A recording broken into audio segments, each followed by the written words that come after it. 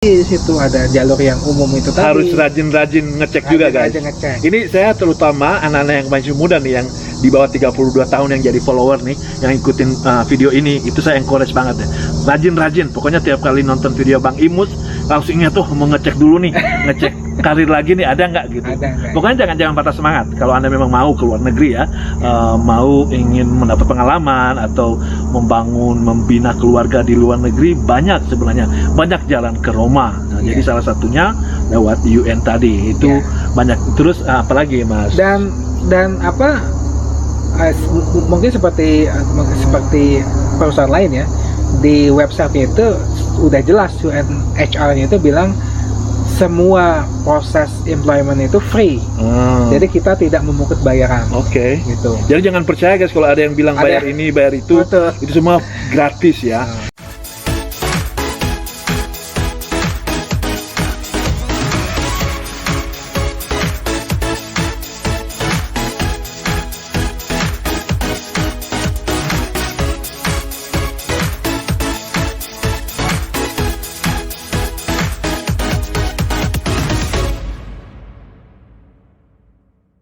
Oke, assalamualaikum warahmatullahi wabarakatuh. What's up guys? Lagi-lagi di channel Bang Imus nih. Nah, untuk video kali ini banyak hal yang kita akan belajar soal UN. UN itu kalau dulu kita masih sekolah namanya PBB ya, PBB United Nation. Nah, yang menarik ini kita pingin belajar apa aja nih kerjaan tugas UN. Dan yang lebih menarik lagi, ada orang Indonesia yang juga bekerja di PBB loh guys. Alhamdulillah saat ini kita akan bincang-bincang jauh dengan beliau, Mas Budi Setiadi, yang saat ini menjadi karyawan di PBB.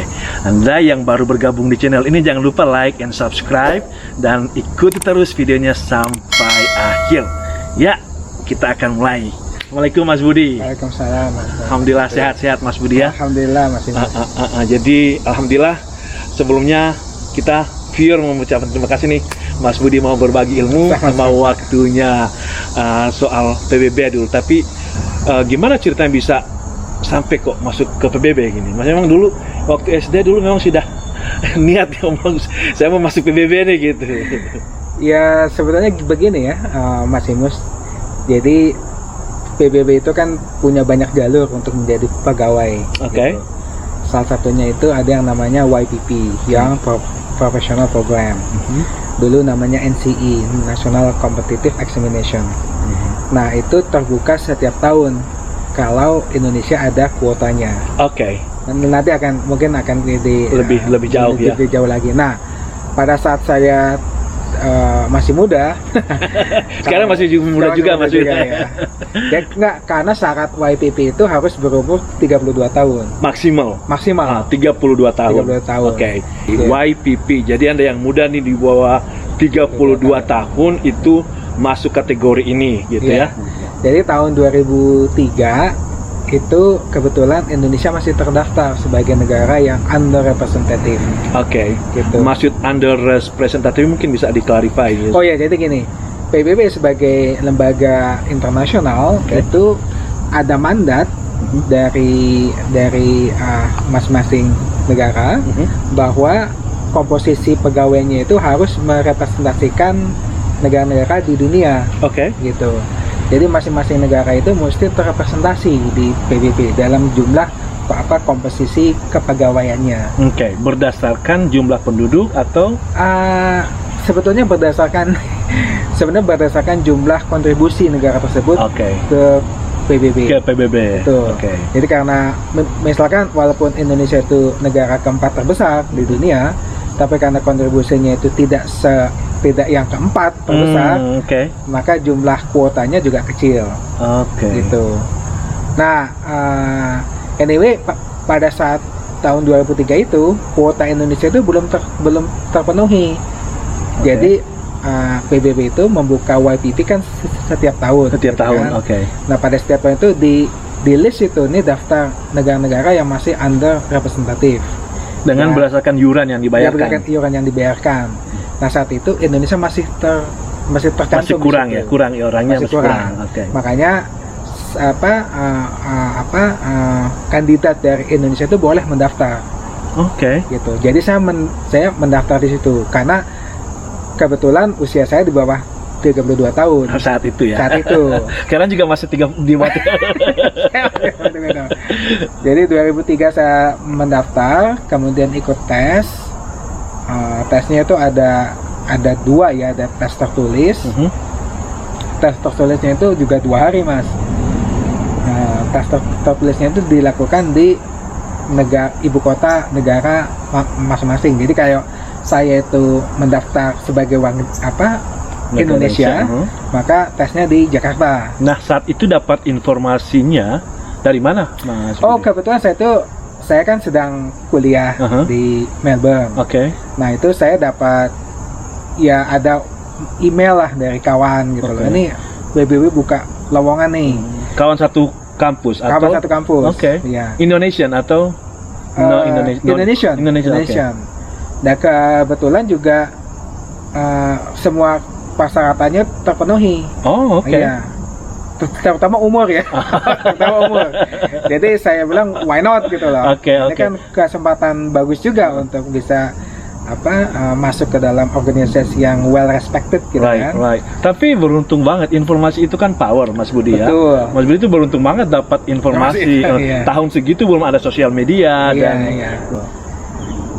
Nah, setelah itu ikut tes apa? Susah nggak tesnya sih? Tesnya itu standar ya. Jadi tesnya itu 2 hari. Tes yang pertama itu mereka mengukur ini pengetahuan umum. Oke. Pengetahuan umum.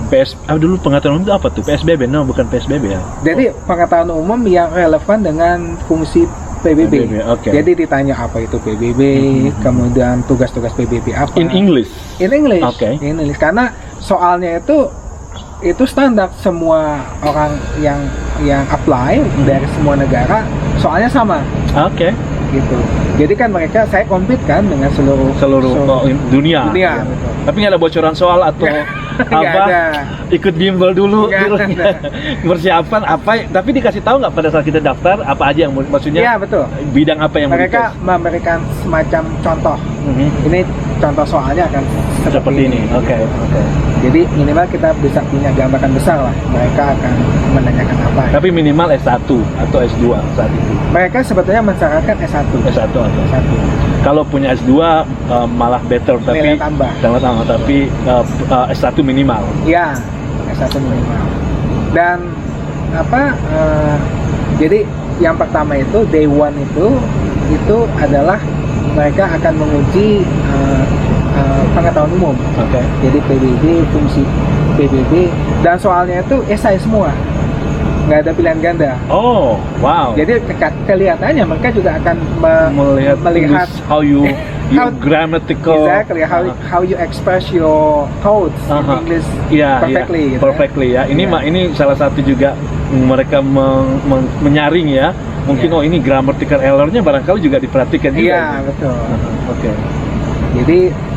Jadi tesnya tuh cukup panjang, Mas, dari jam 10 pagi sampai jam 4 sore. Nah, itu seharian itu. Seharian, ya. Nah, tesnya itu di gedung Deplu. Jadi Deplu itu cuma menyediakan tempatnya saja, lokasi. Jadi Deplu menyediakan lokasi. Nah, pegawai PBB sendiri, HR-nya itu datang dari sana bawa soal gitu.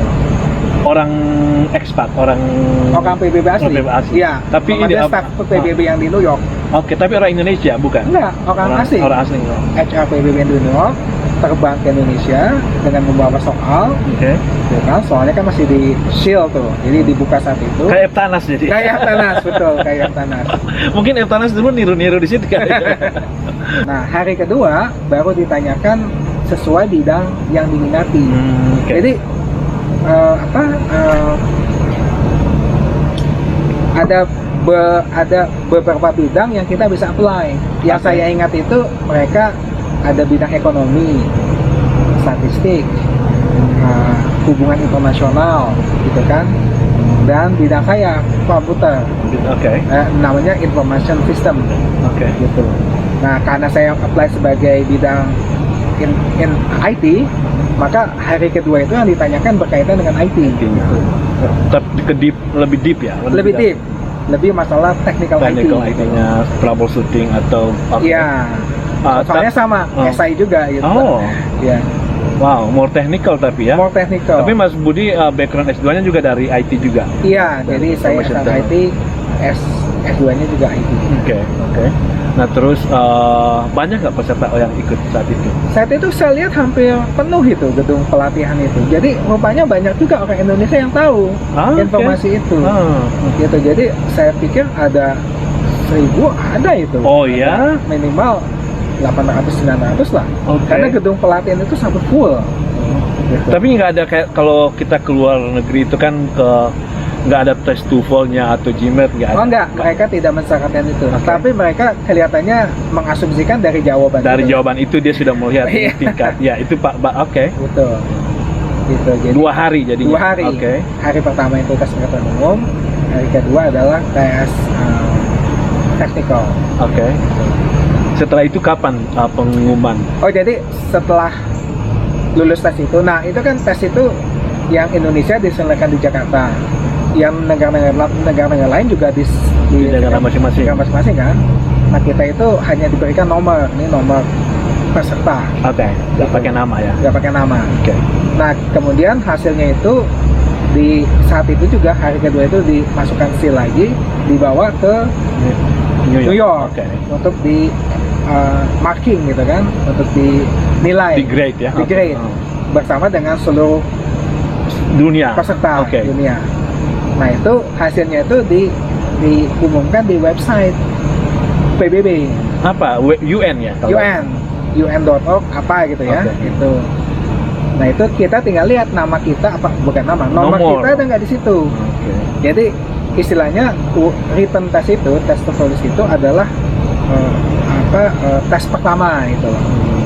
Tes pertama itu yang mengeliminasi hampir seluruh peserta gitu kan, karena yang udah yang masuk tes kedua itu 2 kali dari yang akan diterima.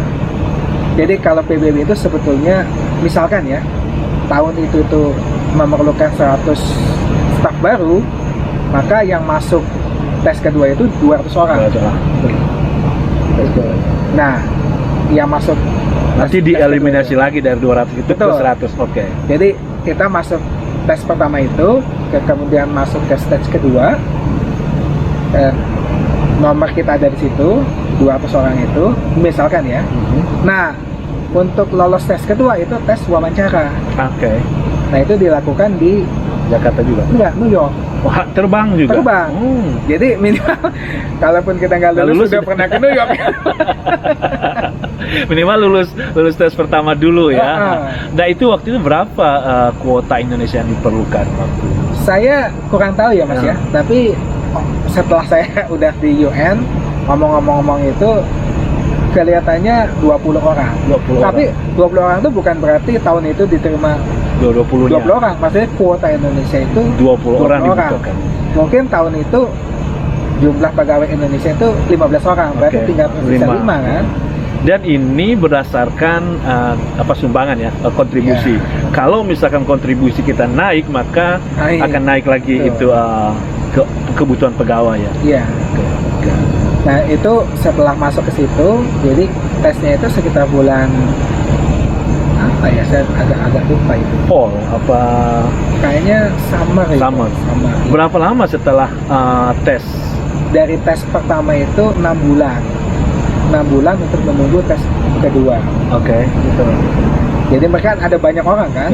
Ada banyak orang. Jadi satu-satu dipanggil. Gitu. Saya ke New York saat itu. Kemudian tes wawancara. Nah tes wawancaranya ini ya agak ini juga kayak tes wawancara kerja gitu kan. Jadi bagi ya agak ini juga lah karena pakai bahasa Inggris. Begitu UN yang dihadapinya itu manajer-manajer gitu. Berapa orang waktu itu? Ada 10 orang itu.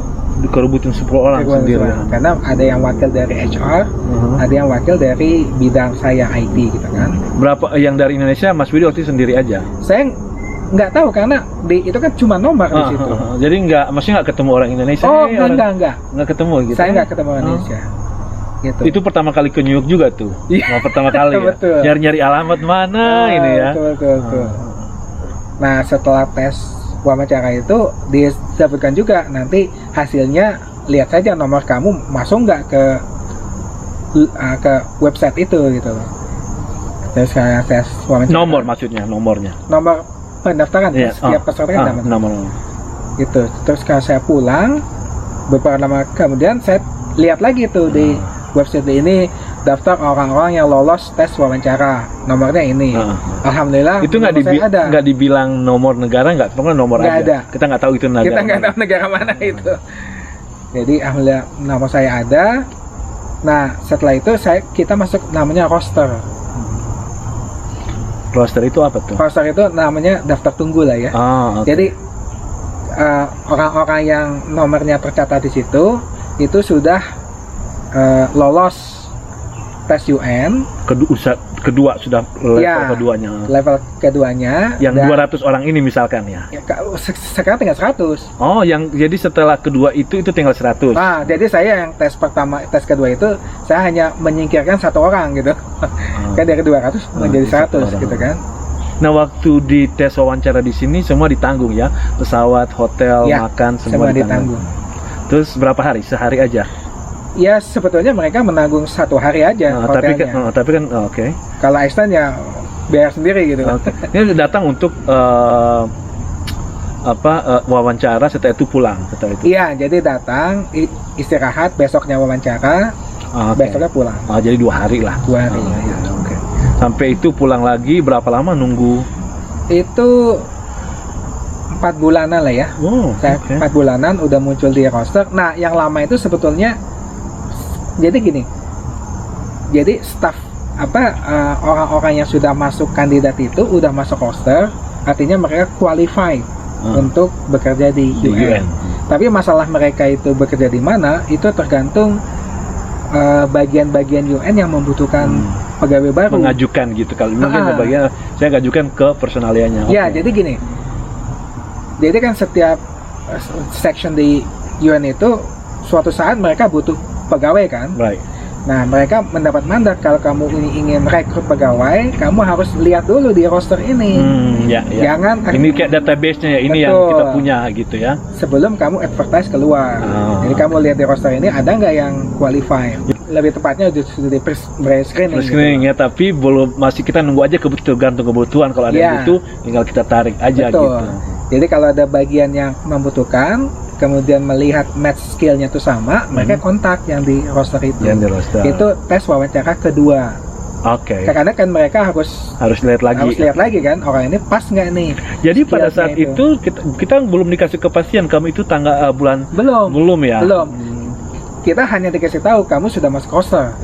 Gitu. Meaning kamu qualify untuk kerja di PBB UN. Nah saat itu kalau nggak salah saya ada 2 offering. Yang pertama itu dari Beirut.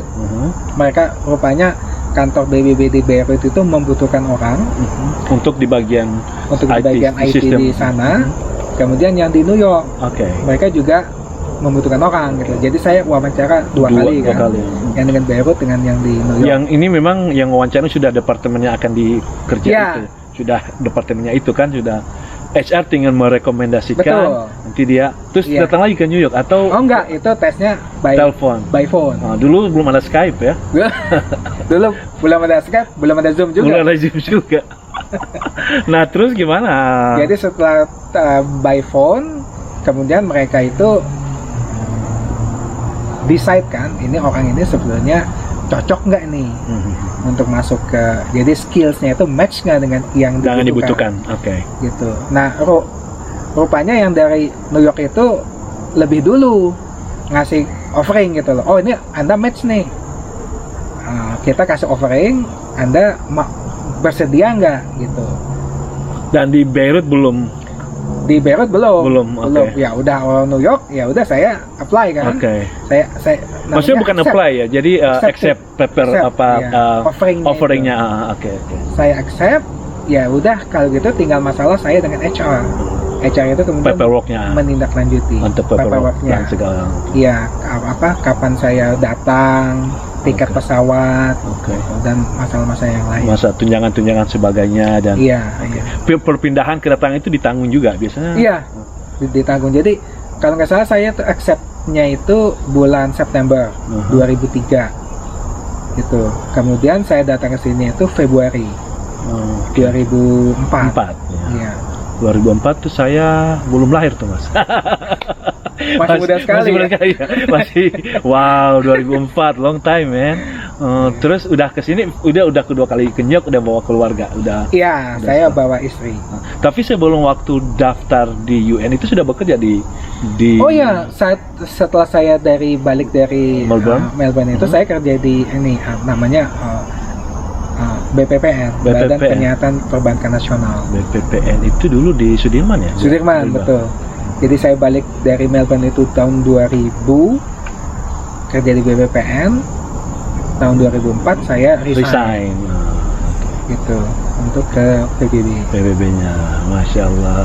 Itu pertama kali lihat New York, Big Apple, itu gimana Mas? Iya. Nggak sampai kayak sampai terbelalak juga gitu. Kotanya ini tetap masuk rush gitu ya. Maksudnya banyak orang juga, banyak gedung-gedung tinggi. Saya kira Manhattan itu one of a kind gitu. Right. Bahkan di Melbourne sendiri tidak ada yang dalam satu area itu banyak gedung-gedung tinggi dan orang-orang yang berseliweran gitu. Memang something ya, New York memang something gitu ya. Iya guys, jadi kalau Anda nanti saya akan kasih link di bawah juga New York. Saya akan jalan-jalan nanti, saya akan kasih link di bawah view New York ya, terutama yang di Indonesia yang belum pernah ke New York ya. Mas Budi sekarang jadi dari 2004 sudah di UN. Itu awal-awal kayak gimana tuh kerja? Udah dikasih bagian ini atau rotasi atau gimana proses? Jadi kalau saya itu ya yang program seperti saya bilang tadi kan ada banyak jalur untuk masuk UN kan. Nah jalur YPP ini yang professional program ini memang untuk staf tetap. Pegawai tetap. Dibina jadinya mereka ini. Betul kan. Istilahnya tuh mereka ingin memilih orang-orang pada saat muda gitu ya. Jadi mudah dibentuk lah gitu. Agar mereka terus long term gitu. Belum terkontaminasi lah ya. Terkontaminasi. Ya jadi istilahnya itu mereka tuh ada masa percobaan. 2 tahun. Ada kemungkinan nggak diterusin nggak? Iya ada. Kalau masing-masing pihak merasa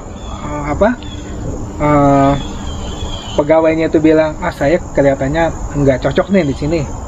Dari pegawainya sendiri? Iya, dia resign atau UN-nya sendiri bilang ini orang ini tuh jadi dia masih tidak bagus. Jadi belum tentu ini. Jadi 2 tahun masih akan dievaluasi. Ada kayak penilaian ya kinerjanya ya. Tapi sebetulnya sih kalau kita nggak neko-neko banget biasanya asik itu aja lolos gitu. Ya. Tidak bikin scene lah ya.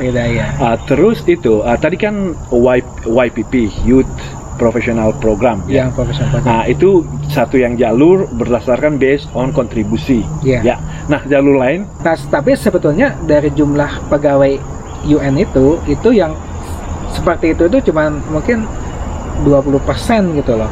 Yang lainnya itu mereka jalur langsung istilahnya ya. Jadi Anda juga guys bisa melamar langsung juga? Iya.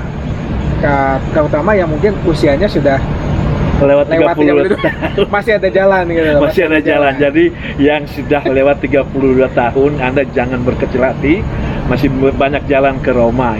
Nah itu jalur apa yang bisa? Nah itu sebetulnya kalau kita apply ke kantor-kantor lain. Gitu. Jadi kalau kantor lain kan biasanya websitenya itu kan ada lowongan. Nah UN juga ada. Namanya career.un.org. Gitu, kita masuk ke situ, mereka ada daftar itu. Daftar bagi tenaga yang dibutuhkan. Termasuk negara penempatan juga. Kalau itu mereka tidak bergantung. Tidak lagi berdasarkan negara. Jadi siapapun boleh. Oke. Tapi harus compete guys. Persaingan bebas. Persaingannya bebas dan compete, tidak ada nepotisme. Iya. Kalau saya kenal Anda, nanti Anda yang masuk atau saya orang Indonesia, nggak bisa, harus memang sesuai dengan kualifikasi yang dibutuhkan. Nah itu kalau itu banyak juga orang Indonesia nggak Mas Budi? Mungkin cukup banyak, tapi saya lihat dari berdasarkan orang Indonesia yang hadir di UN, mungkin sebagian mereka masuk seperti saya gitu. YPP. Yang selama ini Mas Budi lihat ya. Iya. Mungkin jadi masih terbuka, besar sekali, masih terbuka luas. Anda yang ingin masuk lewat jalur umum, mendaftar di websitenya PBB. Nah, speaking of PBB, Mas Budi mungkin bisa itu kali ya, sharing, ngasih tahu nih, ini PBB apa sih, terus gimana di tingkat organisasinya dan keterlibatannya Indonesia sendiri seperti apa? Iya. Saya bicara secara umum ya. Iya. Jadi PBB itu kan suatu lembaga perdamaian sebenarnya, dibentuk setelah Perang Dunia Kedua. Itu PBB Persatuan Bangsa-Bangsa. Okay. Jadi lembaga yang dibentuk oleh negara-negara yang pemenang Perang Dunia Kedua saat itu, Amerika Serikat, Inggris, Perancis, Cina, dan Rusia. Uni Soviet pada saat itu kan. 5 negara pemenang Perang Dunia Kedua saat itu. Mereka bersepakat kalau kita ingin menjaga perdamaian, kita perlu lembaga. Dulu ada yang namanya Liga Bangsa-Bangsa, tapi tidak efektif. Nah, setelah Perang Dunia Kedua, mereka bersepakat membentuk lembaga yang bisa menjaga perdamaian. Jadi tujuannya adalah menjaga perdamaian. Makanya salah satu departemen yang penting, yang besar di UN itu Departemen of Peacekeeping. Dewan Keamanan ya? Bukan. Peacekeeping. Iya. Kalau peacekeeping di Indonesia kan dewan apa? Oh, ini saja kayak kan ada departemen atau departemen saja. Departemen. Tapi dalam struktur organisasi PBB sendiri ada yang namanya Dewan Keamanan. Itu mereka yang istilahnya itu paling powerful gitu ya. Nah, anggotanya ya yang utama yang kelima pemenang itu. Sampai sekarang. 5 anggota Dewan Tetap yang memiliki veto. Kan? Saya masih ingat tugas pelajaran PBB itu dulu, harus ingat anggota negara, anggota tetap Dewan Keamanan. Saya masih ingat karena itu masuk dalam yang diuji. Jadi saya belajar dulu ya. Tapi Indonesia juga sempat keluar dari PBB kalau nggak salah waktu itu. Zaman Soekarno ya, I'm not sure. Iya, saat itu Indonesia melihat PBB itu terlalu cenderung ke barat. Tapi masuk lagi ya? Masuk lagi. Dulu Pak Soekarno tuh sempat dekat dengan Presiden Amerika juga. Iya. Maksudnya dekat gitu dan itu kan fungsi utamanya menjaga keamanan kemudian. Oh ya, jadi untuk menjaga perdamaian itu kan mereka melihat kan negara-negara damai itu kalau ekonominya maju. Makanya ada juga lembaga-lembaga khusus yang untuk memajukan ekonomi, kayak UNDP. Itu bagian dari PBB juga. Bagian dari PBB, namanya Badan Otonom. Gitu kan? Kalau IMF beda lagi ya. IMF beda lagi. Kemudian ada yang kayak UNICEF untuk anak-anak dan Children Fund. Nah, itu masuk ke bagian yang ekonomi gitu loh. Nah, ini PBB, kemudian ada di UNICEF, ada apa. Nah, sistem kepegawaiannya juga akan beda. Betul. Jadi yang UN itu mesti ada kepalanya kan untuk memanage semua operasional itu. Nah, kepalanya itu disebut Sekretariat Jenderal. SG atau Sekjen PBB.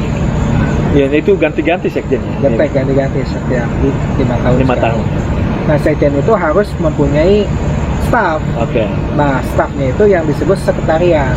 Ini Mas Budi yang di sekretariat sekjen. Jadi saya bekerja di sekjen itu. Jadi direktur utamanya itu adalah sekjen PBB. Iya.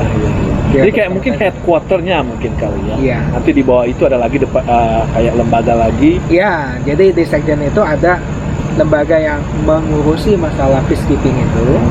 Jadi kan PBB punya sekitar 20-an peacekeeping mission di negara-negara yang konflik. Nah, mesti ada yang memanage gitu kan. Nah, mereka memanage itu ada Departemen of Peacekeeping di bawah sekretariat. Ini lepas dari Dewan Keamanan. Ini jadi kalau Dewan Keamanan itu lebih ke politik, ini lebih ke operasional sehari-hari. Bagaimana kita memanage PBB itu. Nah, kalau Dewan Keamanan sendiri fungsinya untuk menyelesaikan konflik sebenarnya. Jadi kalau ada dua negara yang konflik, dulu itu dua negara konflik ya mereka perang. Nah sekarang mereka konflik ya bawa masalahnya ke PBB. Dewan Keamanan itu. Mungkin akan di argue masing-masing, kemudian dicari penyelesaiannya. Nah untuk bidang ke sekretari itu ke sekretariatan itu, tipe pegawainya juga ada macam-macam. Ada yang namanya pegawai tetap, ada yang pegawai yang kontrak, yang based on kontrak. Walaupun sudah ngikut ini, enggak juga, ini beda dengan YPP ya. Nah kalau YPP itu memang diarahkan untuk jadi pegawai tetap. Gitu. Kalau yang pegawai kontrak itu yang yaitu tadi melalui jalur di luar YPP itu. Jadi yang kayak jalur umum itu bisa jadi yang tidak tetap ya, kontrak gitu kontrak. Ya. Kontrak itu kan ada yang tapi jangan disebut kontrak itu setelah kontrak habis udah enggak gitu. Mereka biasanya sebelum kontrak habis sudah ditawarin kontrak lagi. Ya. Tapi kalau kayak kontrak beda dengan kontrak sama tetap mungkin apa? Benefitnya mungkin atau sama aja. Ini cuma model kita continuing workingnya tuh seperti apa gitu. Kalau yang tetap kan kita udah nggak mikirin lagi kan sampai pensiun di hire. Iya. Dan untuk kantornya sendiri, untuk sekretariat jenderal ini tidak semua negara, 5 benua ya jadinya. Iya betul Mas. Jadi Sekjen PBB itu memiliki kantor. Nah kantor itu harus representasi dari tiap benua. Kalau di Amerika itu kan New York yang merupakan headquarter dari sekretariat jenderal. Dari semua PBB ada di situ. Jadi kalau sidang PBB, sidang umum PBB itu dilakukan di New York. Nah kalau di Eropa itu mereka di Jenewa, kantor sekjennya di Jenewa. Tapi tetap akan ke New York kalau secara keseluruhan. Iya. Karena headquartersnya ada di New York. Kalau di Asia itu di Bangkok. Iya. Kalau di Afrika itu adanya di Nairobi. Nah, Middle East mereka punya juga khusus di Beirut. Terus Latin Amerika atau South America itu ada di Chili. Di Santiago ya. Ya, jadi hanya di kelima lokasi itu. Jadi kalau kayak Jepang, kemudian Cina itu nanti larinya ke Bangkok itu ya. Iya. Karena daerah juridiksinya Asia kan. Iya betul. Jadi yang di Bangkok itu mereka bidang kerjanya itu, wilayah kerjanya itu Asia Pasifik. Nah, Mas Budi sendiri di sekretariat yang ada di New York menanganinya ini IT juga, Mas? Atau? Betul, karena bidang saya IT, maka saya menangani yang IT. Gitu. Tapi ada juga kawan saya kan, itu masuknya di bidang ekonomi. Mereka menghandle atau memanage masalah akuntansi biasanya gitu. Akuntan dia. Akuntan. Budgeting gitu dan sebagainya. Jadi mungkin ini ada misconception ya, yang bekerja di PBB itu adalah diplomat. Itu bukan. Yang diplomat itu adalah ini yang melakukan sidang umum. Gitu. Jadi tiap negara itu mengirimkan wakilnya. Kalau di New York itu namanya PTRI kan, Perutusan Tetap Republik Indonesia. Perutusan itu bahasa Indonesia ya? Iya. Perutusan Tetap. PTRI itu Perutusan Tetap Republik Indonesia. Iya. Itu yang diplomat. Ya? Itu yang diplomat. Dari mereka. Betul. Jadi mereka datang ke situ. Tugasnya ya melakukan sidang. Di PBB itu. Dengan isu-isu internasional dan sebagainya, macam-macam. Dari isu Indonesia sendiri juga bisa diajukan ke situ. Dari isu keamanan, ekonomi dan sebagainya. Nah, masing-masing negara itu punya perwakilan tetap mereka ke UN. Di tiap itu atau hanya di headquarter-nya aja? Di headquarters dan di ini juga. Di Bangkok. Terutama di Jenewa. Kalau di Bangkok enggak. Karena semua sidang umum kan dilakukan di Jenewa. Di New York. New York. Di headquarters. Jadi perwakilan PT RI itu hanya ada di New York. Tapi di Jenewa juga ada. Kayaknya ada di Jenewa ya. Kalaupun nggak ada mereka satu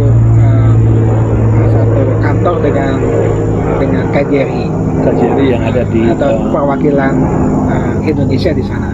Jadi memang ini kalau yang perwakilan para yang ikut sidang PBB itu tiap tahun ya sidangnya? Iya. Bulan apa biasanya? September. Berapa lama sidang? Sidang yang disebut sidang umumnya sendiri itu mungkin cuma 2 minggu. Karena itu sidang umum biasanya presidennya sendiri yang datang atau kepala negara. Presiden atau 2 minggu. prime minister. Tapi setelah itu ada sidang-sidang lanjutan, biasanya Menlu sampai dengan September. Jadi 2 minggu plus lagi untuk sidang lanjutan, follow up apa yang dibicarakan presiden itu. Tapi setelah itu ya diwakili oleh masing-masing perwakilan itu. PT RI yang ada itu. Untuk operasionalnya gitu. Betul. Pokoknya udah saya bicarakan, kamu urus deh, saya pulang ngurusin yang lain lagi, mungkin seperti itu ya. Nah, jadi maksud saya itu mereka itulah yang diplomat. Yang bidangnya itu lebih ke hubungan. Kalau Mas Budi sendiri running bukan diplomat tapi memang pegawainya UN. Iya, gitu. Saya itu yang operasionalnya. Yang di UN-nya. Iya. Jadi saya tidak ke masalah diplomatik itu, lebih ke operasional running. Ya, jadi ada yang IT, ada akuntansi, budgeting, ekonomi juga macam-macam di situ. Terus biasanya berapa? I don't know ya, mungkin ini berapa orang kalau sidang itu diplomat yang dikirim ke sini? Sebetulnya sih kalau untuk Indonesia itu tergantung kepada ini. Kita mendapatkan posisi seberapa banyak gitu loh. Jadi tahun lalu ada kuota maksudnya? Enggak. Misalkan tahun sekarang atau tahun lalu itu Indonesia kan masuk menjadi anggota Dewan Tidak Tetap Dewan Keamanan. Itu kan butuh banyak itu. Maka jumlah diplomat yang dikirim banyak. Tapi kalau suatu saat itu bukan anggota tidak tetap lagi berkurang karena tidak sebanyak itu yang diperlukan. Nah itu anggota tidak tetap Dewan Keamanan kan dipilih tuh ya? Iya. Dia kayak di screen juga per 5 tahun juga? Kayaknya per 2 tahun. Ya.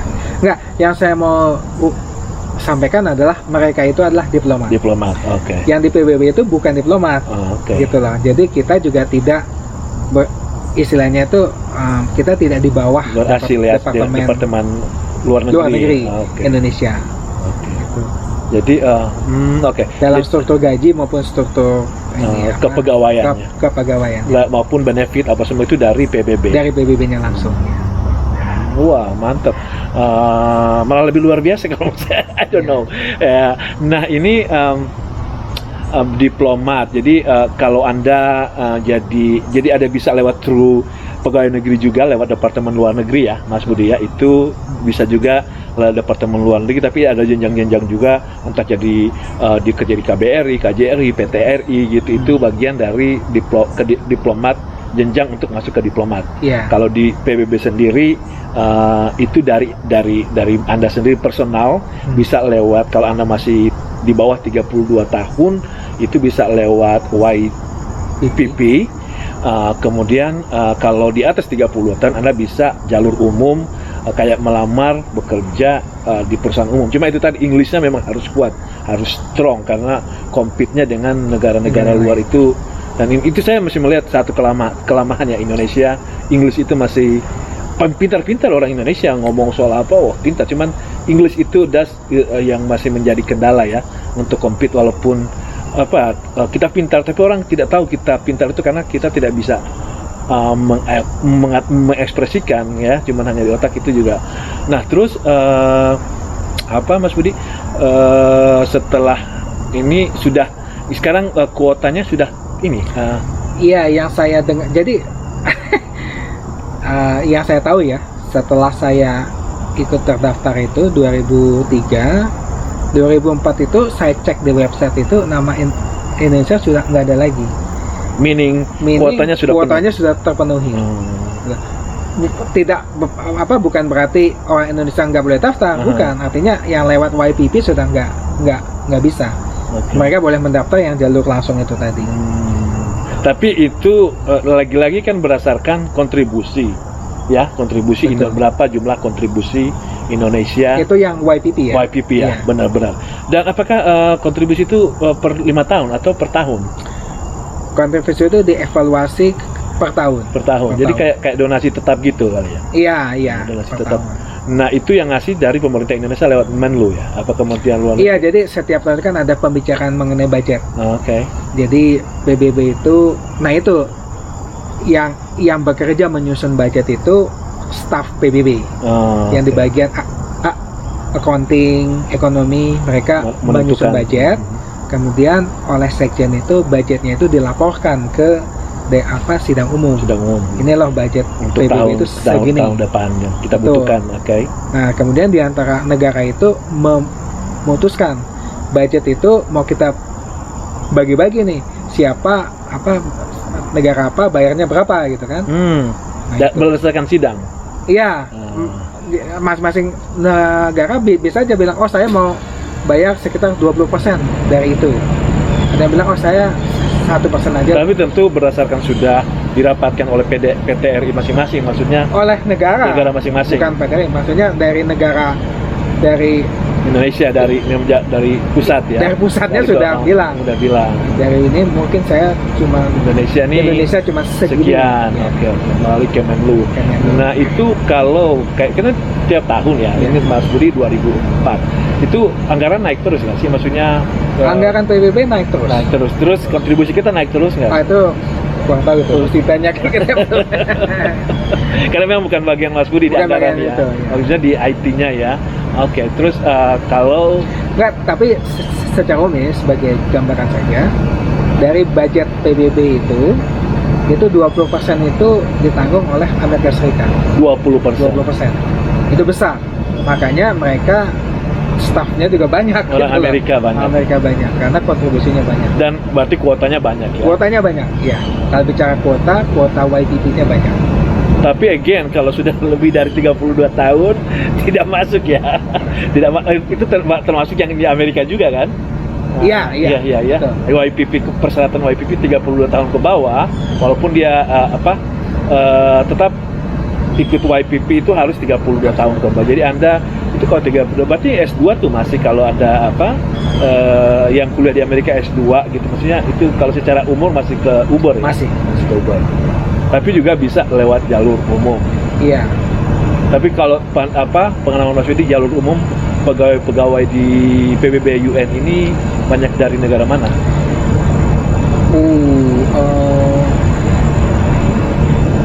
Kalau dari, kecuali kita tanya ya, biasanya orang itu nggak bilang saya masuk lewat YPP atau saya masuk jalur umum. Jadi saya juga nggak bisa bedakan, kecuali dia bilang saya masuk dari YPP ini. Tapi kebanyakan memang orang-orang yang dari negara berkembang itu masuknya melalui YPP itu. Yang jalur umum itu biasanya negara-negara Amerika atau Eropa. Tapi kalau dalam soal segi jenjang karir dan gaji sama aja ya. Cuma pintu yang itu lewat 2 pintu yang berbeda. Berapa jumlah tenaga karyawan UN yang sekretariat ya, kita bicara? Iya. Di New York saja. Yang saya dengar itu sekitar 4.000 sampai 5.000 di New York saja. Nah, ini kan per 5 dari tiap benua ini beda-beda itu tentu lain lagi jumlahnya gitu. Iya.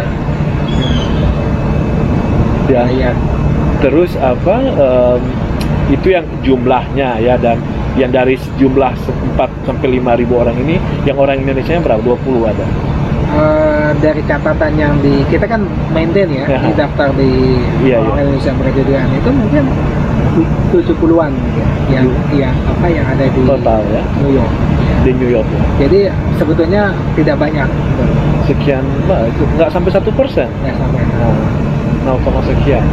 Tapi ya ini sesuatu yang YPP-nya 20 orang.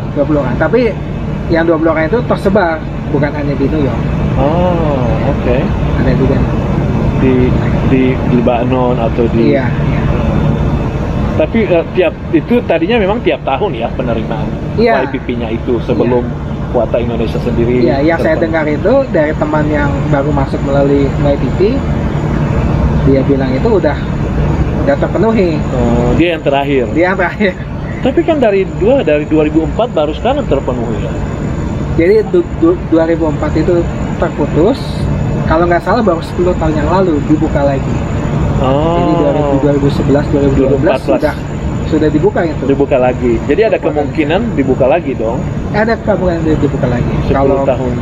Kalau ada yang orang staf Indonesia yang keluar atau resign atau pensiun atau kontribusinya dinaikkan gitu. Ya.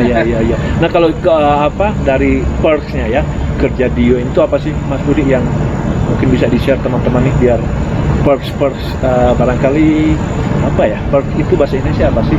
Kayak kelebihan-kelebihan, kelebihan yang mungkin yang hanya ada di UN gitu. Ya,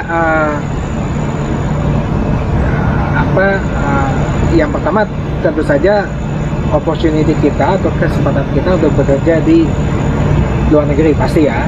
Itu kan sama dengan kita bekerja di kantor manapun di luar negeri. Pasti ada kesempatan untuk tinggal di luar negeri. Kemudian ya menikmati semua fasilitas gitu kan. Tapi jangan salah, walaupun kita tinggal di luar negeri, kita masih cinta Indonesia loh guys.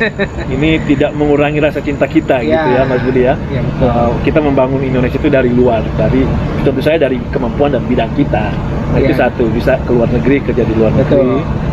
Terus, jadi yang itu kemudian ya kesempatan untuk hidup di luar negeri itu kan mungkin bagi sebagian orang itu suatu insentif, kan mereka bisa membesarkan anaknya di luar negeri, nggak perlu lagi ngajarin bahasa Inggris karena memang sudah privilege ya, bisa dibilang ya. Kemudian untuk UN sendiri ada insentif tambahan mungkin karena orang itu kan bekerja sesuai dengan ininya niat atau ada motivasi, passionnya atau apa. Nah kalau kita bekerja PBB kan kita tahu ini lembaga yang menjaga perdamaian dunia, doing good for others, itu kan berbuat banyak kebaikan untuk sesama manusia gitu. Jadi kita merasa ini kita cukup berkontribusi gitu loh untuk part of big project gitu, kita jadi merasa bagian dari perdamaian dunia gitu loh guys. Karena tujuan utama PBB itu kan kita merasa ikut ada bagian walaupun hanya kecil, walaupun kita merasa ikut menjadi bagian. Itu mungkin juga salah satu insentif juga untuk menjadi itu. Tetapi kalau soal libur gimana tuh kalau kayak mungkin gambaran ya guys, kalau yang kerja yang KBRI atau KJRI ya Indonesia, libur mereka itu kan double tuh. Kalau libur ada hari libur nasional di Indonesia, mereka juga libur. Kalau ada libur di Amerika, mereka juga libur. Tapi kalau Mas Budi ikut PBB ikut ada di kalender. Iya, jadi masing-masing kantor PBB di masing-masing negara itu memiliki kebijakan sendiri mengenai hari liburnya. Nah, kalau jumlah hari libur di Amerika itu kan 10 ya. 10 days. Itu yang nasional ya. Nasional. Ya, nah, nasional. PBB itu mengadop. Jadi yang staff yang tinggal di Amerika. New York gitu ya, itu mendapatkan 10 hari libur nasional. Yang mayoritas sama dengan hari libur Amerika, kecuali 2. Kita dapat Idul Fitri dan Idul Adha. Itu hari libur di PBB. Dan itu bukan hari libur di Amerika. Iya. Gitu. Nah, tapi kalau kayak Christmas sudah biasa kan? Christmas bisa, biasa. Tapi kalau yang non Muslim, yang non Kristen, maksudnya kayak Hindu, Buddha, Karyawan itu mereka dapat libur juga nggak sih? Nah, jadi sebetulnya yang kebijakan awal itu 10 days ya, 10 hari libur itu termasuk Christmas, Idul Fitri, Idul Adha kan. Tapi sekarang ini kakaknya sekitar 5 tahun atau 10 tahun yang belakangan untuk mengakomodasi dari agama lain, mereka ada namanya floating holiday. Jadi namanya itu hari libur yang bisa Anda pilih. Gitu. Jadi ada 10 hari kan. 10 hari itu jadi 9 hari. Nah, yang 1 hari itu Anda boleh pilih itu. Nah, itu ada hari liburnya agama Buddha, hari liburnya agama Hindu dan sebagainya. Nah, karena jadi setiap pegawai itu boleh milih nih. Boleh. Tapi ini bukan personal day ya, kayak kalau di US, kalau di Amerika ada company ya yang jadi kayak ada PTO-nya, terus ada personal day bisa diambil. Bukan.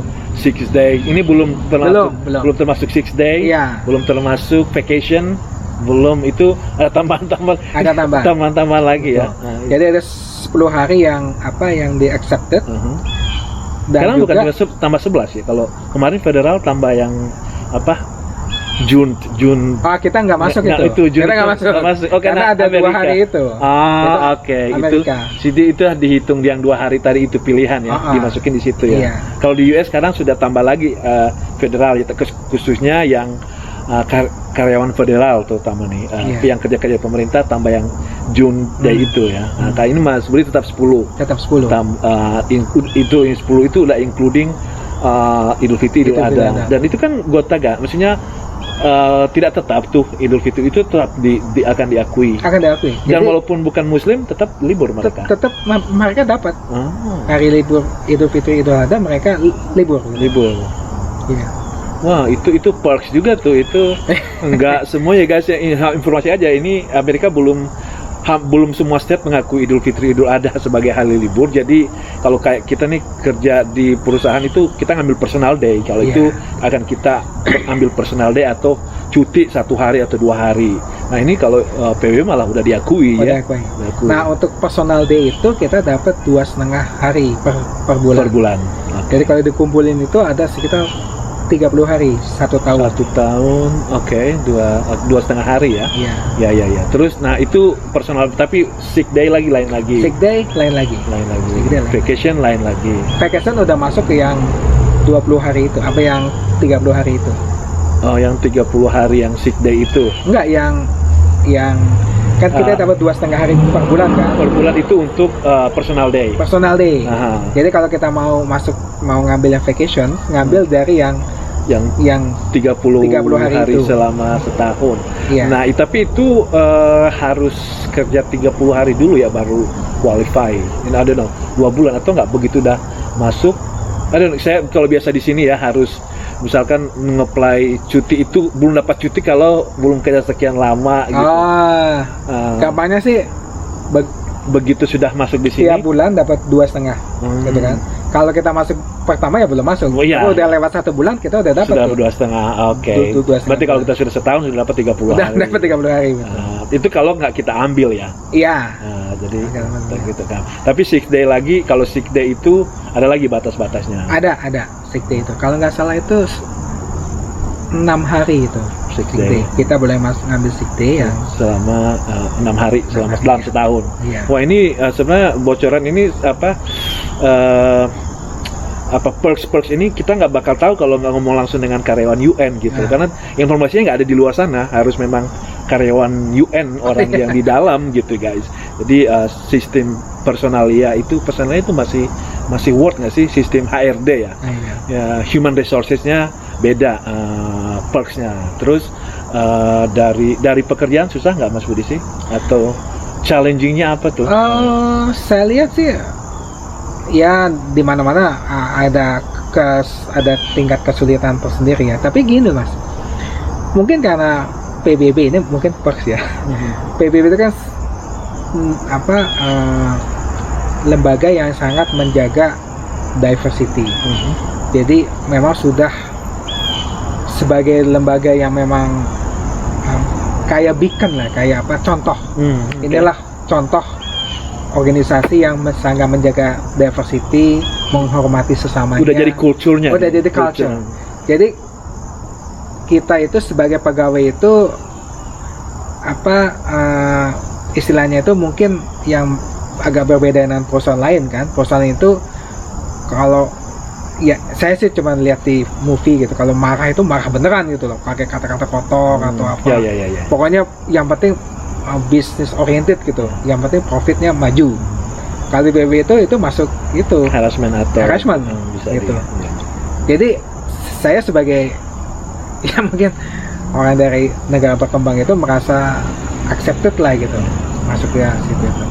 Environment-nya Mendukung. mendukung ya. Environment mendukung.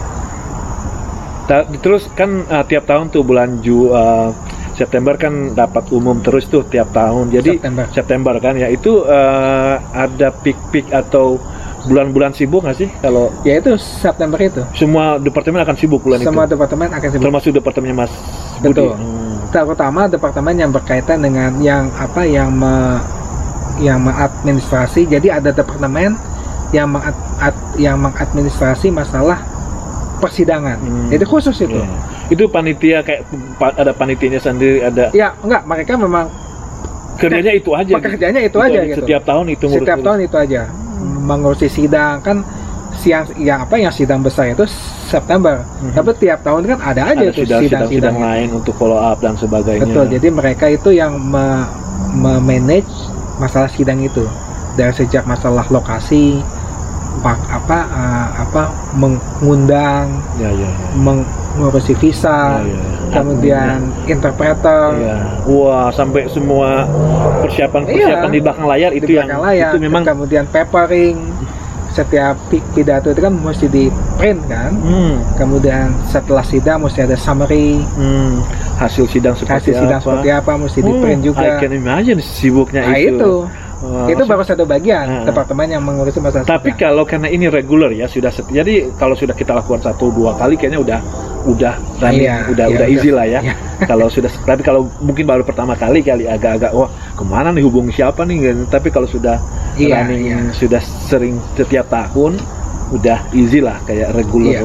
Nah itu kelebihan maksudnya keuntungan ya kita bisa kalau mungkin ada ini nggak sih? Advantage, disadvantage-nya apa? Apa disadvantage itu bahasa Indonesia apa sih? Kayak pro cons-nya ya. Kekurangan mungkin ya. Kalau saya lihat ya, ini mungkin saya dari pendapat pribadi. Ya. Saya lihat di pekerja di UN itu sebagai mirip dengan pekerja di pemerintah. Gitu. Jadi dibandingkan dengan yang pekerjaan di New York, kalau kasih contoh ekstrem yang di Wall Street lah ya. Wall Street kan bekerja keras banget itu dari pagi sampai pagi lagi. Nah UN itu enggak, UN itu relatif lebih santai gitu kan, 9 to 5. Kecuali kalau ada yang peak season kayak ada sidang umum gitu loh. Yang itu jadi lebih santai dan juga jadi kayak PNS gitu ya. PNS gitu. Dan dari segi interaksi antar pegawai juga tidak tense gitu, tidak sangat pokoknya kamu harus begini kalau nggak dipecat. Enggak, kita lebih manusiawi gitu. Tapi itu bukannya malah advantage, malah kelebihan. Nah, disadvantage-nya gaji kita tidak sebesar mereka. Tidak sebesar yang di swasta gitu. Jadi kalau kita ingin mencari gaji, ya mungkin ambil karir yang di swasta kayak di Wall Street dan sebagainya. Tapi kalau nggak mau stres, di UN gitu ya. Kita sama lah dengan federal pegawai federal. Agak-agak santai, tapi ya gajinya dia juga santai gitu. Maksudnya tidak ini ya. Oke. Tapi itu juga yang menyebabkan banyak orang itu, makanya ada proses masa percobaan itu. Karena boleh jadi orang itu yang sangat energetik gitu ya, bilang PBB ini too slow. Too slow. Gitu. Mereka memutuskan untuk keluar. Ini is not my environment. Ya karena memang beda-beda orang guys. Ada yang career oriented, terus working 9 to 5, ada target harian, target bulanan, gini, I can do this. Tapi kalau UN itu mungkin agak statis ya, maksudnya stabil gitu. Ininya sudah stabil seperti ini gitu kan. Ya mungkin karena UN itu non-profit ya, jadi kita tidak mengejar profit kan. Dan itu organisasi besar, jadi untuk kayak kapal besar itu kan, untuk belok itu waktunya banyak gitu loh. Kalau yang kecil kan cepat sekali gitu kan. Tapi memang perlu planning dan sebagainya, nggak bisa ada perubahan signifikan karena banyak pihak ya. Betul. Negara harus koordinasi gini-gini. Ya, jadi itu yang menyebabkan perubahan juga lambat. Nah itu mungkin tidak bagi sebagian orang itu is not my environment. Itu yang apa disadvantage-nya ya. Tapi kalau bicara soal gaji, kalau di compare dengan gaji-gaji di Indonesia ya jauh gitu ya. Iya, jauh. Dan mungkin lokasi juga mungkin. Barangkali kalau compare dengan posisi yang sama, gaji yang mereka yang di New York dengan yang mungkin di Lebanon, Beirut, atau yang di ini mungkin di Bangkok mungkin beda ya. Jadi per wilayah yang itu. saya tahu ya, itu kalau di sistem Pegawaian. pegawai UN itu, sistem gaji itu UN itu ada namanya Gendermeyer Principle atau Okay. Gendermeyer Principle. Oke. Jadi itu prinsip yang dipakai namanya International Staff ICSC. Itu prinsip yang dipergunakan sejak tahun 1947. Oke. Yang menyebutkan bahwa struktur penggajian UN itu harus dibuat sedemikian sehingga itu mampu berkompetisi dengan lokal federal pegawai saat itu, bukan tertinggi, tapi minimal orang itu tertarik untuk masuk UN itu. Jadi gajinya mungkin tidak sebesar gaji Wall Street, tapi minimal untuk compare dengan yang lain oke lah, masih gitu affordable, lah. masih ya. Dan nah itu saya bilang tadi, dengan demikian kan dari federal di sini dengan federal yang di Lebanon tentu beda. Betul. Jadi kan di UN itu ada yang namanya gaji tetap, ada gaji pokok, ada yang namanya tunjangan. Gaji pokok itu sama sesuai dengan level pegawai. Semua yang di UN semua sama tuh. Enggak, tergantung levelnya. Kan ada level 1, level 2 kayak kemudian pegawai negeri lah. Pegawai negeri. Golongan A, golongan A. Oke. Nah, ini kita sudah bicara ini benefitnya ya. Nah, mungkin Mas Budi mungkin ini nih tips-tips nih encouragement nih ke teman-teman nih yang mau ke Amerika, gimana sih kalau pingin kerja ke UN, maksudnya apa saja yang dipersiapkan? Kalau saya melihat sih ini Mas Inus, yang pertama itu ada keinginan dulu, ada keinginan untuk bekerja di luar negeri. Karena banyak yang bilang, kalau bekerja di Indonesia saja sudah cukup, buat apa ada bekerja? Iya. Jadi ada keinginan dulu, kemudian lihat opportunity gitu ya, bahwa ya hidup itu kan di dalam Islam kan, kalau kita lebih banyak ingin maju, berkembang, mungkin kita mesti keluar gitu loh, mesti istilahnya merantau gitu ya. Agak banyak pengalaman, banyak yang dilihat gitu. Dan apalagi kalau kita punya passion ingin istilahnya tuh menjaga perdamaian dunia gitu ya. Menjaga perdamaian dunia, ingin berbuat kebaikan bagi sesama manusia. Mungkin PBI itu salah satu organisasi yang menarik untuk kalau memang itu passion Anda, itu dulu ya. Anda mau dulu ingin keluar negeri, ini salah satu jalur. Kalau ingin kerja dan tinggal di luar negeri, barangkali ini bisa menjadi salah satu pilihan jalur Anda gitu. Nah, Mas Widi, saya lupa tadi nanya untuk yang first itu, untuk kegiatan company gitu, ada juga nggak sih kayak outing atau kayak party company party atau misalkan perayaan apa gitu, ada juga nggak sih di itu? Sebenarnya tergantung kebijakan masing-masing departemen. Okay. Yang saya tahu, mereka tiap tahun menyelenggarakan party itu minimal kayak dalam staff, dalam skop kecil masing-masing bagian. Kalau ada Christmas, biasanya mereka menyelenggarakan party atau Thanksgiving. Jadi tergantung panitia juga barangkali, maksudnya di departemen masing-masing ya. PBB sendiri tidak melarang ya. Ada. Oke. Das good. Jadi kalau memang juga kayak Idul Fitri pingin ada muslim sama karyawan muslim pingin jadi panitia ngadain, bisa juga. Itu contoh yang menarik karena di departemen saya kebetulan ada cukup banyak muslimnya. Oke. Gitu, dan kita melihat bagaimana kita memperkenalkan Islam ya. Nah, kita memanfaatkan model momen Idul Fitri. Jadi kita buat kayak party gitu ya. party karena itu bukan hari libur. Jadi kita buat partinya itu untuk lunch. Jadi kita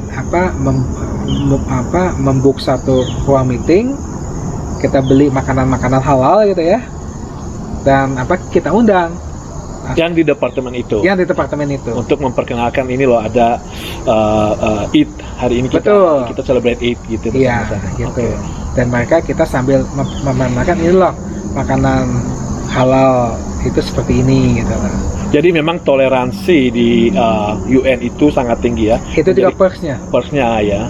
Ya kalau di kita ya, saya sendiri maksudnya untuk compare gitu, saya di kita no. Kita belum dapat ya, apalagi belakangan kan gitu, mau libur aja kita susah, jadi harus minta personal day, atau kadang sholat Jumat juga masih kadang kalau memang lagi sibuk itu agak susah gitu. Memang harus pintar-pintar lah kita ya untuk kerja di Amerika, tinggal di Amerika itu. Nah betul, masalah sholat Jumat pun itu kita bisa itu, jadi ada kayak orang-orang Muslim yang kerja di UN itu setiap Jumat itu kita menyewa bukan menyewa, malah reserve satu room untuk sholat Jumat di situ. Jadi saya setiap sholat Jumat tinggal ke gedung itu aja. Jadi masih di dalam UN. Gitu pakai lunch time-nya. Pakai lunch time-nya. Dan tiap Jumat itu manajer kita tuh udah paham. Jadi waktu ini tuh yang Muslim mereka akan melaksanakan Jumat. Jadi agak dikit-dikit telat juga nggak apa-apa. Nggak apa-apa. Ya ada toleransinya. Ada toleransi. Ya. Itu luar biasa guys, karena apalagi di Amerika ya. Nah itu tadi yang sudah perk ya. Jadi toleransi beragama itu benar-benar sangat mendapat tempat di UN. Karena UN harus memberi contoh kan. Ya. Memberi contoh. Kalau di UN sendiri tidak bisa toleransi, bagaimana memberi contoh? Nanti itu dong disu ini. Nah itu tadi sudah perksnya. Sekarang kita sudah bicara tips untuk kerja UN. Tadi pertama Mas Budi bilang mau dulu. Nah yang kedua Mas Budi informasi. Sering-sering lah informasi. Gampang sebenarnya karena UN itu kan open ya. Jadi kita ke itu tadi websitenya. Mungkin nanti bisa ditulis. Iya, nanti ditulis di sini nih linknya di sini. UN www.karir atau tulis saja langsung di Google itu karir.un.org. Itu nanti akan masuk ke employment opportunity, kesempatan kerja. Nah, ada di situ ada YPP, informasi YPP di situ, ada jalur yang umum itu tadi. Harus rajin-rajin ngecek juga guys. Ini saya terutama anak-anak yang masih muda nih, yang di bawah 32 tahun yang jadi follower nih, yang ikutin video ini, itu saya encourage banget ya. Rajin-rajin, pokoknya tiap kali nonton video Bang Imus langsung ingat tuh mau ngecek dulu nih, ngecek karir lagi nih ada nggak gitu. Pokoknya jangan patah semangat. Kalau Anda memang mau keluar negeri ya, mau ingin mendapat pengalaman atau membina keluarga di luar negeri, banyak sebenarnya, banyak jalan ke Roma. Nah, jadi salah satunya lewat UN tadi itu banyak. Terus apalagi Mas? Dan mungkin seperti perusahaan lain ya, di website itu udah jelas HR-nya itu bilang semua proses employment itu free. Jadi kita tidak memungut bayaran. Gitu. Jadi jangan percaya guys kalau ada yang bilang bayar ini, bayar itu. Betul. Itu semua gratis ya. Dan mungkin ini saya kasih satu tips ya. Jadi misalkan Anda ngecek saat ini Anda mungkin masih satu baru kuliah belum selesai. Itu sudah ngecek gitu ya, ngecek oh begini. Nah, kita lihat kualifikasinya. Betul. Misalkan dia butuh ini. Anda belum punya misalkan. Nah, selama masih kuliah ini dicoba ambil yang itu dipenuhi sebelum melamar. Ini juga jadi tips. Jadi saya juga di tips saya gitu ya di IT, nunggu saya nggak punya skill gitu ya, tapi saya lihat ya requirementnya ini. Itu harus kita penuhi untuk compete nanti sebagai berinvestasi buat diri Anda guys. Itu jadi investasi sendiri, ilmu itu ya. Nah ketika kita sudah ada, kita ngecek lagi, pokoknya list itu ya Mas, ya harus kita penuhi ya. biar eligible untuk melamar. Nah. Linknya juga kita daftar itu kayak kita di koran gitu ya. Kita lihat ini misalkan bidangnya ekonomi. Kita lihat ekonomi ini lowongan itu. Kita klik ini yang requirementnya ini. Ya, terus yang diperlukan seperti ini. Kalau kita mau, kita misalkan cocok, ya kita tinggal langsung apply. Oke. Jadi semuanya itu online gitu. Iya, oke. Kita masukkan nama kita, kualifikasi kita, tinggal tunggu Pakai CV juga, pakai kalau Indonesia CV ya, Iya. resume. resume. Hmm. Kita juga akan menuliskan Essay. resume kita online pokoknya.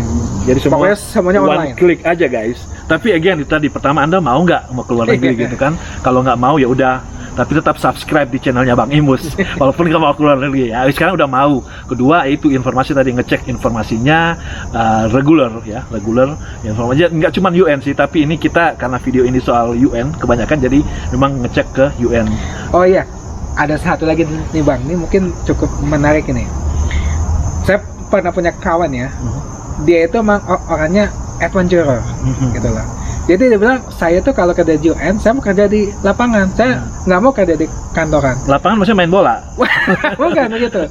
Nah itu orang itu cocoknya di kayak peacekeeper Peacekeeper. gitu. Mereka bukan tentara, tapi mereka kayak kita nonton di film-film Film-film. mengenai peacekeeping kan. Oke. Ada orang yang bantuin mengadministrasi. Tapi ada Tenda PBB. lowongannya Ada, juga. Oke. ada. Sama juga apa sih? Ada. Prosesnya Itu- sama juga apa sih? Namanya field mission, Field mission. misi lapangan. Field mission tapi nanti ngeceknya di UN. Sama juga di situ juga. Nah itu mungkin cocok untuk orang-orang yang Suka di lapangan ya. adventure, Adventure gitu. ya. Kayak teman saya itu dia kerja di negara konflik, Uh-huh. Liberia, Sudan. Tapi memang harus basic ini nggak sih military nggak sih maksudnya? Oh enggak, justru mereka mesti sipil gitu loh. Karena Terus yang nanti kerja di sana jadi bukan bukan sebagai militer. Kalau yang militer kan peacekeeper itu, ABRI kan, untuk tentara. mensupport yang untuk mensupport. jadi mungkin office-nya administrasinya. Jadi memang accounting atau apa IT dan sebagainya selain di kantor pusatnya di PBB, Anda juga bisa melamar di field. Iya, Apa tadi kalau memang passionnya itu kerja di lapangan dan mereka itu enjoy kerja di lingkungannya seperti itu. Bayangkan mereka harus kerja di gurun misalkan, mereka nggak bisa ke mana-mana kan, mesti ada di tenda. Tapi mereka enjoy. Ya. Memang beda-beda tipikal orang. Tapi itu juga bisa menjadi pilihan guys. Iya. Kemana tadi field Field mission. Field mission. Iya. Jadi di UN nanti ada field mission. Nanti saya coba cari linknya, saya taruh di bawah sini juga. Iya, di bawah sini. Nah, di bawah sini, di sini, di field missionnya. Jadi optionnya Anda dapat nih ya. Ini informasi kita sangat luar biasa. Anda bisa WPP, YPP kemudian dari umum Anda ke karir tadi kemudian masih ada juga di field mission. Field missionnya. Di situ juga dengan bagian mungkin accounting atau pokoknya operasional, tapi Anda bukan harus menjadi militer. Bukan itu, militer. jadi militer itu. Dan itu mereka akan ditempatkan di negara-negara yang konflik. Kayak di Afghanistan, Liberia, Sudan, Ethiopia gitu loh. Tapi bisa bawa keluarga nggak sih? Kalau itu mereka nggak bisa. Karena memang field ya. Iya. Demi menjaga keamanan. Demi menjaga keamanan. Keamanan keluarga juga. Tapi kalau ada orang yang memang passionnya ke situ kan, apalagi kalau lihat film-film peacekeeping, wah saya bagus tuh, enak tuh ternyata. Dan memang jiwanya itu ke situ, itu mungkin cocok. Oke. Ya jadi itu tadi informasi, tetap kita keep update dengan informasi itu tadi. Nah lagi-lagi kalau memang kalau list kualifikasinya Anda belum belum ada, bisa Anda penuhi dulu baru kemudian bisa melamar. Dan ini tiap tahun ya di Iya, di karir itu diupdate terus itu. Sesuai kebutuhan dan tidak memandang nasional atau negara ini jadi Anda bisa melamar dari mana saja di Indonesia, di mana saja, dan sesuai kualifikasi. Kalau memang Anda masuk yang sesuai yang dibutuhkan, go for it. Baik Mas Didi, apalagi nih Mas Budi, banyak itu ya. Ya jadi mungkin pesan saya itu banyak yang cara untuk masuk UN sesuai dengan bidangnya masing-masing. Ada kerja suka di kantoran, ada jalannya. Ada kerja di lapangan, juga ada. Dan jalannya. Kita mengencourage Anda ya untuk kalau ingin berkarir di luar negeri, kita mendukung. Jadi makanya channelnya Bang Imus ini memang khusus informasi informasi seputar, kalau kebetulan saya saat ini lagi di Amerika, informasi-informasi yang bisa Anda dapatkan, bagaimana hidup di Amerika juga. Jadi bukan hanya soal jalan-jalan Bang Imus, jalan-jalan itu hanya sampingan juga. Kita bagaimana itu buat viewer yang di Amerika pingin lihat spot-spot yang murah meriah tapi masih bisa menikmati. Nah, untuk follower atau subscriber yang ada di Indonesia, ini informasi seperti ini yang akan Bang Imus sajikan buat Anda supaya bisa mengencourage, bisa membantu teman-teman yang ada di Indonesia nih bisa kerja, tinggal di luar negeri ya, termasuk Amerika dan Gorontalo. Gorontalo bukan luar negeri ya. Tapi indahnya sama dengan Cinta. Mungkin itu Mas Budi, ini masalah kita sudah mau hampir 1 jam bincang-bincang soal UN. Tadi ilmunya sudah banyak, cari cara kerja di sana. Terus alhamdulillah Mas Budi betah ya. Alhamdulillah ya. Alhamdulillah. Ini sudah tahun keberapa ya? Saya 2004. Sudah hampir 17 tahun. 17 tahun di UN. Masya Allah, udah senior, sudah yang punya UN. Masih ada yang lebih senior. Masih ada. Tapi alhamdulillah walaupun sudah di UN, Mas Budi tetap kontribusi ke Indonesia itu dengan berbagai cara ya. Walaupun kita tinggal di Amerika guys, di luar negeri banyak hal yang kita lakukan juga. Kita masih cinta Indonesia, tentu dengan cara dan kemampuan kita Mas Budi ya, termasuk juga membina teman-teman yang ada di Amerika ya, teman-teman Indonesia yang ada di Amerika. Dan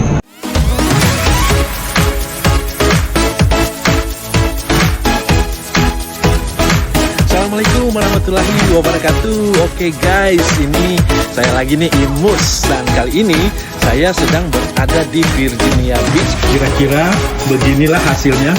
Jadi sangat mudah sekali untuk membuatnya. Tinggal kita membeli bahan biskuit dan jadi deh buat bantu bini di rumah, insya Allah. Oke. Khusus masyarakat Indonesia yang ada di luar negeri ini, pandangan Bapak seperti apa nih Pak? Saya tentu menyambut gembira. Nah, ke depan memang kami berharap bukan saja pertemuan seperti ini bisa berlanjut.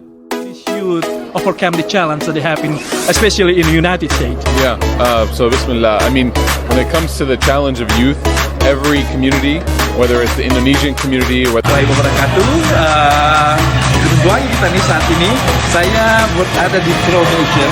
Right now we in the Throw Nation, the game area, which is the place that when you can play with your friend, family, and the same time you can release the stress by throwing axe. Gonna hold your axe dulu Pak.